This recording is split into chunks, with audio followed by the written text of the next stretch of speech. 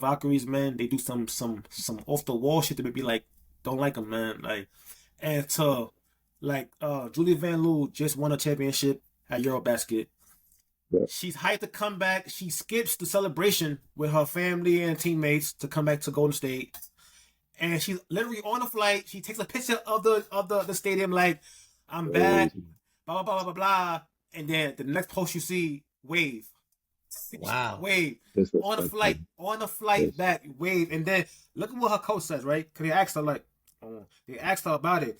So she says, from my perspective, I thought it was respectful because whenever a situation like that happens, you bring them in and as an adult, you say it face to face.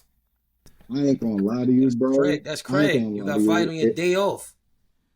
I ain't gonna lie to you. I understand it's a business and all, but you can't have handled that situation any worse.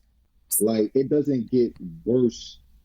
She literally skipped her championship celebration to fly back, and for her to realize on mid-flight in the air, hey, I'm going back to the Bay. I'm excited, and to hear that you've been cut is completely disrespectful. And listen, before I go in, I will say outside of the New York call her Liberty, late. Call her late. Yeah, call her late. Yeah, she's over. She's special.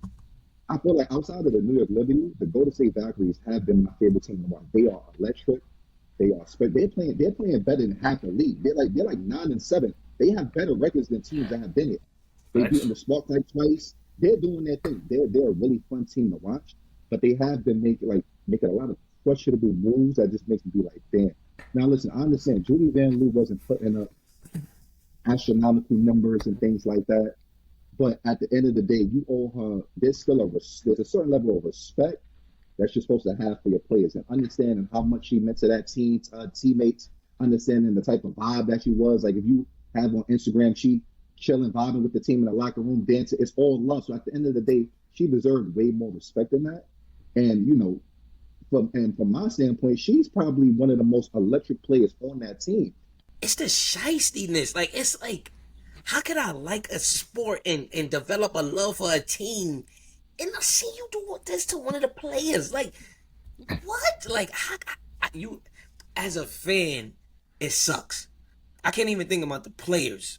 Like, as a fan watching it, what if she developed some fans, some little girls that, like, it's just, it brings down the essence of the sport, man. It just, I'm going in that front office, bro. Yo, Natalie, somebody gotta see me. Like, I better hope my badge don't work.